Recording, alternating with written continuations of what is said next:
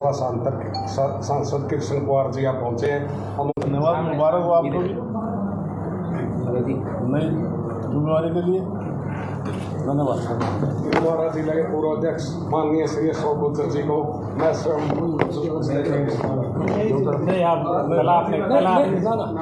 पहले मनीष जी को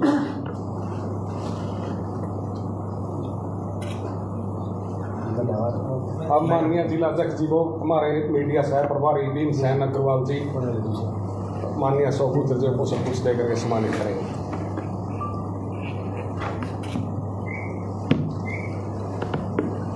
अब मैं आमंत्रित करूँगा हमारे जिला अध्यक्ष माननीय श्री मनीष कार्यक्रम से शुरुआत माननीय मनीष जी।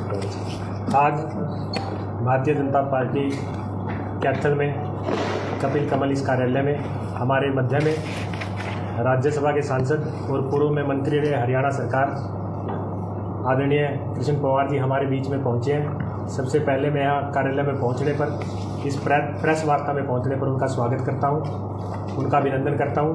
और आज हमारे जो मुख्य वक्ता हैं आदरणीय कृष्ण पवार जी हमारे बीच में आप सभी प्रेस के साथियों को जो केंद्रीय बजट जो एक कल्याणकारी लोक कल्याणकारी बजट केंद्र की भारतीय जनता पार्टी ने सरकार ने जो लेकर आई है उसके ऊपर चर्चा के लिए आपके बीच में आदरणीय कृष्ण पवार जी पहुंचे हैं। तो मैं उनसे निवेदन करूंगा कि वो आप सबको इस बजट के बारे में बताएं। धन्यवाद। सबसे पहले मैं हरियाणा प्रदेश के अध्यक्ष मोहनलाल बड़ोली जी का, हरियाणा प्रदेश के मुख्यमंत्री नायब सैनी जी का, मनोहर लाल जी का और राष्ट्रीय अध्यक्ष JP नड्डा का धन्यवाद करता हूं। एक बहुत ही ऊर्जावान बूथ स्तर के कार्यकर्ता को, मेरे जी मनीष को भारतीय जनता पार्टी जिला कैथल की अध्यक्ष की जिम्मेवारी सौंपी है।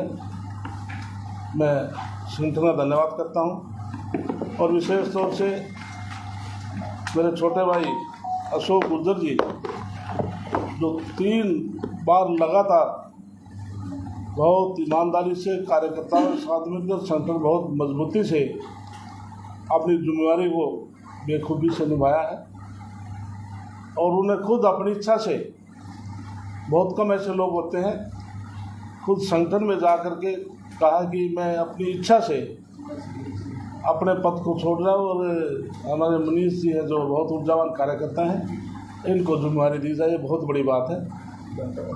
तो सम्मानित मंच और कैथल के बहुत ही सम्मानित मेरे मीडिया के प्रिंट के सभी पत्रकार साथियों का मैं बहुत बहुत धन्यवाद करता हूं। और जैसे कि केंद्र का बजट पेश हुआ, हमारे फाइनेंस मिनिस्टर सीता जो हमारे मिनिस्टर हैं उन्होंने 2024 का बजट जो पेश किया वो बहुत सौभाग्यशाली है। पूरे देश में पहली वो महिला हैं जिन्होंने पिछले रिकॉर्ड तोड़े हैं। या तो 6 बार मोरारजी देसाई जी ने लगातार बजट पेश किए थे और हमारी फाइनेंस मिनिस्टर ने 7 बार लगातार बजट पेश किए हैं। ये हिंदुस्तान का रिकॉर्ड है। 2024 का केंद्रीय बजट पेश किया गया। इस बजट में जो हमारे 2024 के लिए जो उधारियों को छोड़कर कुल प्राप्तियां तथा कुल व्यय क्रमशः 32.7 लाख करोड़ और 48.21 लाख करोड़ अनुमानित हैं। इसके अलावा निवल एवं प्राप्तियां 25.83 लाख करोड़ अनुमानित हैं। राज्य की जो घाटा जो GDP का है वो 4.9% रहने का अनुमान है। इसके अलावा 2024-25 के दौरान दिनांकित प्रतिभूतियों के माध्यम से सकल और निवल बाजार उधारियां क्रमशः 14.01 लाख करोड़ और 11.63 लाख करोड़ रहने का अनुमान है। दोनों ही वर्ष 2023 की तुलना में कम है। इसलिए साथियों आज जो बजट पेश किया, इस बजट में जो हमारा किसान वर्ग है, व्यापारी वर्ग है, आम व्यक्ति है, सभी का विशेष इसमें ध्यान रखा गया है। और इस बजट में जिस प्रकार से आज आईटी का युग है, मोबाइल आज से हम 30 साल पहले 25 साल पहले जब मैं 2003 में विदेश में गया तो मैं बड़ा हैरान था। हर व्यक्ति के हाथ में, फ्रांस में गया तो हर व्यक्ति के हाथ में मोबाइल था। हम सोच भी नहीं सकते थे हिंदुस्तान में भी ऐसा होगा। तो पहले हिंदुस्तान में मोबाइल इंपोर्ट होता था, लेकिन आज हमारी ये स्थिति है। पिछले वर्षों के दौरान मोबाइल घरेलू उत्पादन की 3 गुना वृद्धि होने से मोबाइल फ़ोन निर्यात लगभग 100 गुना वृद्धि होने से भारत का मोबाइल फ़ोन उपयोग परिपक्व हो गया है। और इसी प्रकार से आज phone, mobile, PCBA, mobile charger और BCD को घटा करके 15% किया गया है। जिस प्रकार से देश के प्रधानमंत्री नरेंद्र मोदी जी ने सबसे पहले स्वच्छता का अभियान लिया था और प्लास्टिक पर जोर दिया था कि प्लास्टिक इस पर रोक लगाई जाए, उसके लिए भी इस बजट में PVC जो फ्लैक्स और बैनर के जो बायोडिग्रेडेबल नहीं होते और पर्यावरण एवं स्वास्थ्य के लिए नुकसानदायक है, इनके आयात को कम करने के लिए BCD को 10% से बढ़ा करके 25% कर दिया है। और इसी प्रकार से जो कैंसर रोगियों को राहत प्रदान करने के लिए 3 दवाइयों की सीमा शुल्क पर छूट दी गई।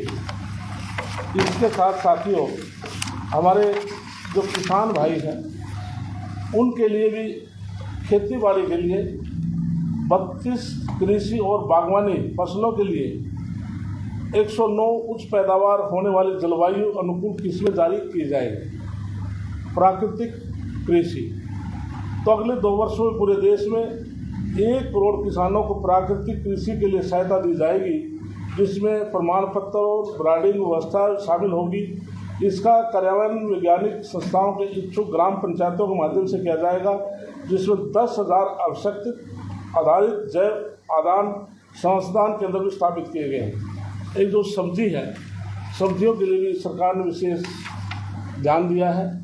किसान अपनी सब्जी को प्रॉपर ले जा कर के, जिस प्रकार से हमारे जो स्टोर हैं, भंडारण है, उनको ज़्यादा प्रबंध किया जाए, जिससे किसान मार्केट में जाता है तो बाई द वे उसकी किसी कारण से सब्जी नहीं मिल पाती तो भंडारण में स्टोर कर दे। तो इसके लिए भी सरकार ने बड़ा अहम मुद्दा फैसला लिया है। सब्जी उत्पादन और आपूर्ति श्रृंखला प्रमुख उपभोक्ताओं केंद्रों के नज़दीक बड़े पैमाने पर सब्जी उत्पादन क्लस्टर विकसित किए जाएंगे। हम उपज के संरक्षण, भंडारण और विपणन सहित सब्जी आपूर्ति श्रृंखलाओं के लिए किसान उत्पादक संगठनों को सहकारी समितियों का स्टार्टअप बढ़ावा देंगे। इसी प्रकार से हमारे कौशल प्रशिक्षण जो ऋण है, सरकार ने निधि गारंटी के साथ 7.5 लाख की ऋण सुविधा उपलब्ध करने वालों के लिए मॉडल कौशल ऋण योजना संशोधित किया जाएगा। इस उपाय में प्रति वर्ष 25,000 छात्राओं को सहायता मिलने की आशा है। कौशल प्रशिक्षण, इसके अलावा शिक्षा ऋण, हमारे 10 लाख तक के ऋण हेतु जो हमारे शिक्षा के लिए वित्तीय सहायता सरकार ने प्रबंध किया, जिसमें लगभग 1 लाख विद्यार्थियों को इसका लाभ मिलने वाला है और 3% वार्षिक ब्याज के लिए ई-बाउचर दिए जाएंगे। हमारे PM आवास योजना, अब तक 4 करोड़ हमने पूरे देश में मकान बनाकर दिए हैं और इस बजट में हमने प्रोविज़न रखा है, हम 3 करोड़ मकान और पूरे देश के अंदर सरकार ने बजट का प्रोविज़न रखा है, जिससे कि हमारे पूरे प्रदेश में जो हमारे गरीब आदमी हैं उन सबको उसका लाभ मिल सके। और महिला को संचालित विकास के लिए इसमें 3 लाख करोड़ से अधिक हमारे महिलाओं और बालिकाओं को लाभ देने वाली योजनाएं हमने केंद्र सरकार ने तैयार की हैं, जिसमें हमने 3 लाख करोड़ से भी अधिक हमने पैसे का प्रावधान रखा है। इसी प्रकार से जो ग्रामीण अवसंरचना सहित ग्रामीण विकास के लिए हमने 2.66 करोड़ रुपए का प्रावधान रखा है।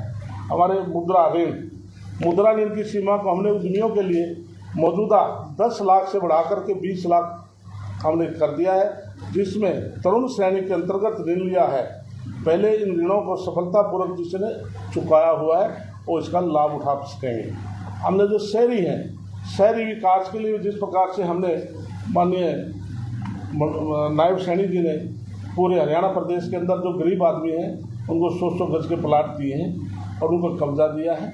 इसके अलावा शहरों के अंदर जो नगर निगम है, नगर पालिकाएँ हैं, जो प्रॉपर्टी जो नगर निगम नगर पालिकाएँ थी, जिस पर चाहे वो कब्जेदारी थे या कोर्ट ऑफ केस थे या कोई रसीद से कटवा कर उनके चल रहे थे, जो 20 वर्ष से ज़्यादा जिनको हो चुका था दुकानदार भाइयों को, हमने उनको कलेक्टरेट पर के हमने उनको रजिस्ट्री देकर के उनको मालिकाना हक दे दिया है।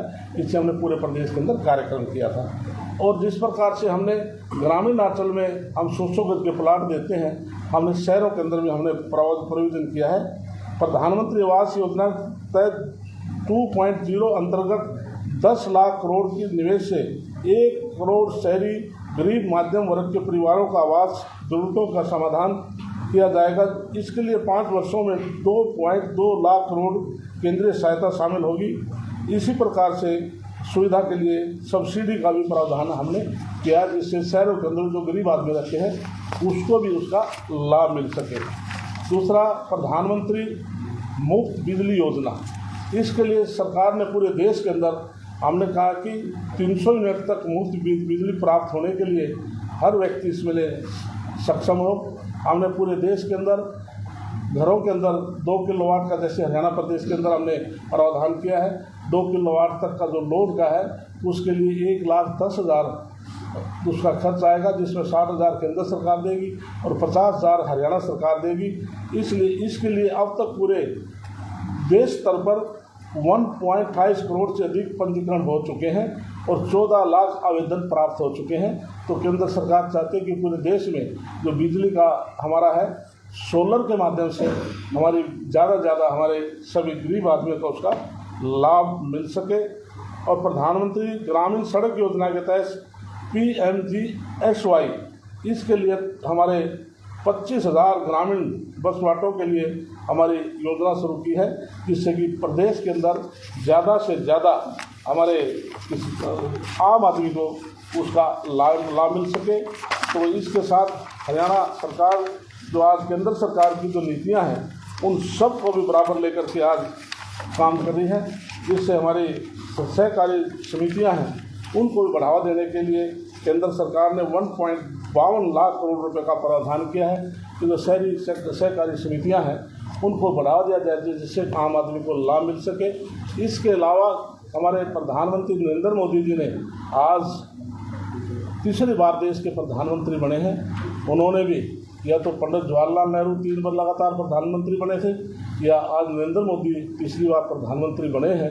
इसलिए सारे रिकॉर्ड भारतीय जनता पार्टी के हमारे नेताओं ने तोड़े हैं। इसलिए प्रधानमंत्री का विज़न है कि देश जो हमारे आर्थिक दृष्टि से आज हम 5वें स्थान पर हैं, 2024-25 में हम तीसरे स्थान पर आए, जिससे कि देश के हर नागरिक को उसका लाभ मिल सके। तो इसलिए आज हमारी केंद्र की सरकार प्रयासरत है कि हम हर पहलू पर हम आगे देश को बढ़ाने का काम कर रहे हैं। पवार साहब, विपक्ष आरोप लगा रहा है कि ये लंगड़ी सरकार है, तो इसके बारे में विपक्ष को क्या जवाब देना चाहें? इसके लिए ये पहली बार केंद्र की सरकार विपक्ष का काम आरोप लगाना है। कोई एनडीए को पहली बार नहीं बनाया, एनडीए पहली बार भी बना है और सुचारू रूप से सरकार चली है। अब भी एनडीए की सरकार है, निश्चित तौर से पूरे 5 साल का अपना कार्यकाल पूरा करेगी। प्रधान जी, आप कह रहे हैं कि मोबाइल की जो मैन्युफैक्चरिंग है वो अच्छी बढ़ी है इंडिया में, साइबर क्राइम भी उसी दृष्टि से बढ़े हैं, उनको रोकने के लिए क्या मैकेनिज्म है? इसके लिए हमने हमारी हरियाणा सरकार जिस प्रकार क्राइम करने वाला क्राइम कर जाता है, लेकिन सरकार की ड्यूटी होती है, पुलिस का काम है लाइन ऑर्डर मेंटेन करना।